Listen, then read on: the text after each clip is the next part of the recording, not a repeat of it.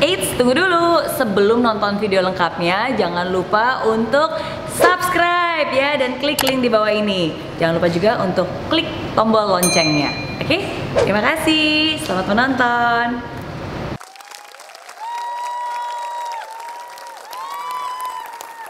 Setiap permasalahan adalah benih pembelajaran. Kehidupan terasa indah jika diisi dengan perdamaian. Masih di I'm Possible, New Year, New Chapter. Dari Impossible jadi I'm Possible. Tadi kita sudah membahas betapa ramainya tahun 2017 ini. Ya. Dengan komentar-komentar, sosial media, cara-cara yang memecah belah dan juga menyatukan. Ada banyak hal yang terjadi tahun 2017 ya. Main hakim sendiri, itu juga sering terjadi. Bullying juga untuk anak-anak remaja. Nah terus ketika udah ada kayak keonaran, ketika seseorang mungkin sudah disakiti dan menjadi korban, kapan waktu yang tepat untuk berdamai? Masih adakah ruang untuk berdamai? Saya kira waktu untuk berdamai itu bisa kapan saja gitu ya. Tetapi seharusnya tidak usah mencari waktu yang tepat. Sejak awal dikendalikan. Jangan sampai kita membuat sesuatu yang salah. Karena sekali lagi kalau itu sudah terlempar keluar kesalahan itu tidak bisa ditarik. Kalau ada orang lapor ke polisi ini membuli saya, memfitnah saya, ini kan sudah ada nih yang dihukum 1,5 tahun ya. Untungnya cuma 1,5 tahun. Ancamannya kan 10 tahun, iya. Terbukti dia, oh ini salah ini. Salah gitu. ya. Dihukum oleh hakim 1,5 tahun. Hati-hati loh. Kalau memang sifatnya penghinaan, pencemaran nama baik, itu kan kalau di dalam hukum itu namanya delik aduan ya. Jadi minta maaf aja yang bersangkutan, damai, baik melalui media medsos maupun ketemu langsung, ya selesai gitu. Oke, kalau orangnya nggak mau diajak berdamai, dalam arti yang memang dia ingin mancing aja terus kan tujuannya memancing, biar emosi, biar nimpalin balik lagi, biar makin rame. Kalau seperti itu gimana? Gini, kalau orang tidak mau berdamai, artinya kalau dia hanya mau memancing emosi kita terus, ya kita saja menghindar. Kita yang bisa melaporkan dia ke polisi. Merasa kita diperlakukan tidak baik, itu perbuatan tidak menyenangkan. Kan bisa itu dilaporkan. Tetapi maksud saya kalau kita terlanjur, misalnya saya bilang menghina, Miri misalnya, terus terlanjur kan, Anda marah, udah saya minta maaf ya, Anda enggak apa-apa, selesai. Tapi kalau Anda enggak bisa, saya lapor polisi.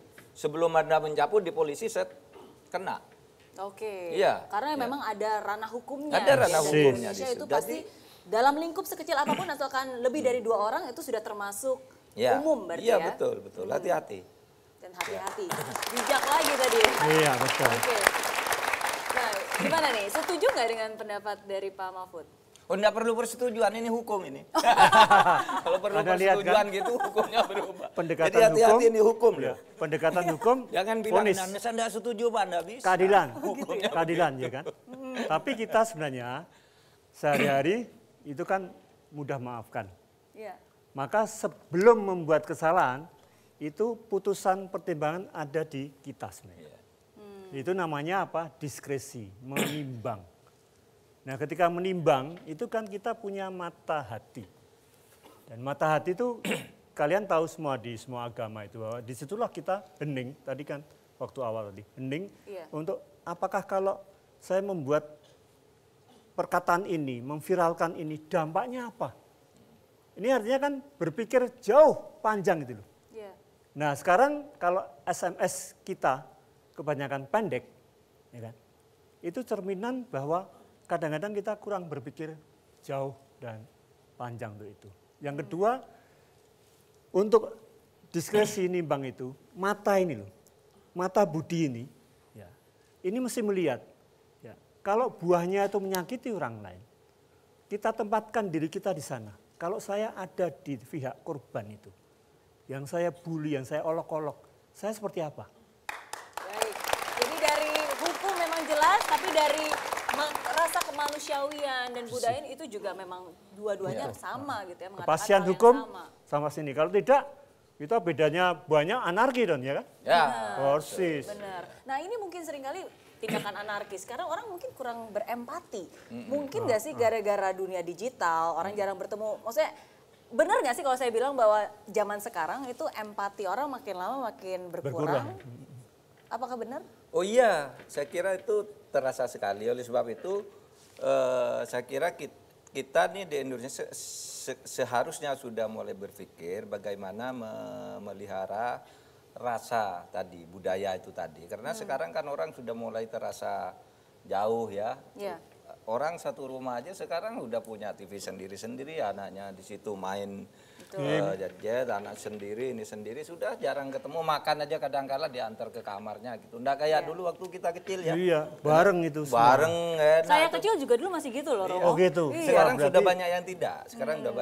Sudahlah sendiri-sendiri. Orang sudah mulai teralinasi sekarang, teralinasi dari terasing kehidupan, terasing dari kehidupan yang normal. Itu saya kira sesuatu yang bagi saya sangat mengerikan ya, sangat mengerikan. Masa hidup cara seperti itu ya, rasa kemanusiaan tuh sudah hilang, bergurau, bersenda-gurau, makan bersama, itu macam-macam sekarang sudah mulai menipis. Oleh sebab itu kita sekarang harus berpikir bagaimana ya bangsa ini agar jati dirinya tidak hilang sebagai orang yang biasanya kalau berkumpul selalu akrab, hangat, saling menolong, saling senyum dan sebagainya. Betul. Penuh gotong royong. Sekarang ini sudah mulai hilang sedikit-sedikit karena ya revolusi IT sebenarnya. Betul, itu juga salah satu dampaknya ya.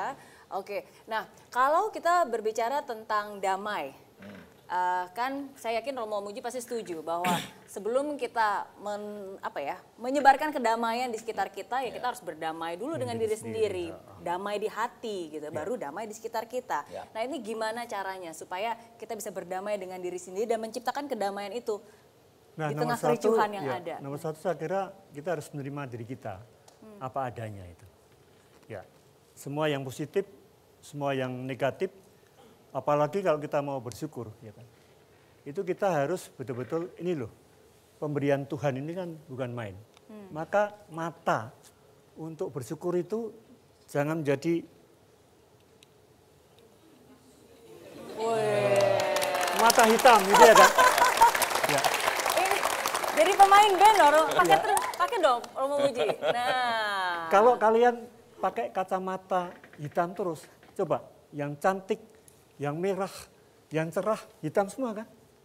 Nah ini harus salah satunya damai di hati ini adalah luka-luka kita. Pengalaman pahit, negatif, hitamnya yang buat luka di hati ini kita ganti dengan, saya sudah berkacamata ya, kacamata yang jernih. Kacamata jernih. Itu saya kira. Jadi quote saya untuk Anda semua malam ini. Hidup ini akan indah jika ada damai di bumi pertiwi dan juga damai di hati. Jangan kemana-mana, I Am Possible akan kembali setelah yang satu ini. Tidak berani menghadapi tantangan, itu udah mundur aja lah. Kalau tidak kamu gunakan, kamu akan dipedang orang.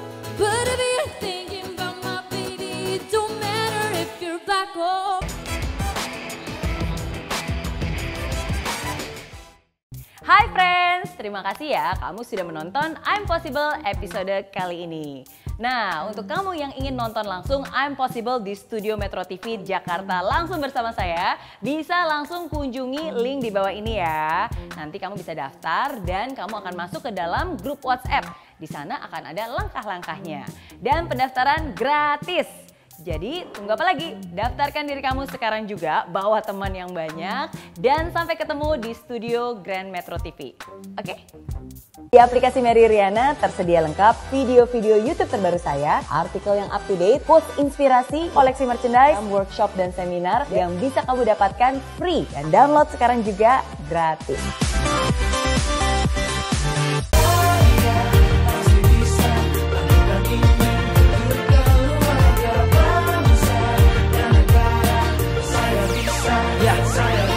Laksana bumi tanpa hujan, hidup tanpa tujuan, kering dan mati tanpa hijaunya tumbuhan. Demikian kalau mimpi tak kunjung terjadi.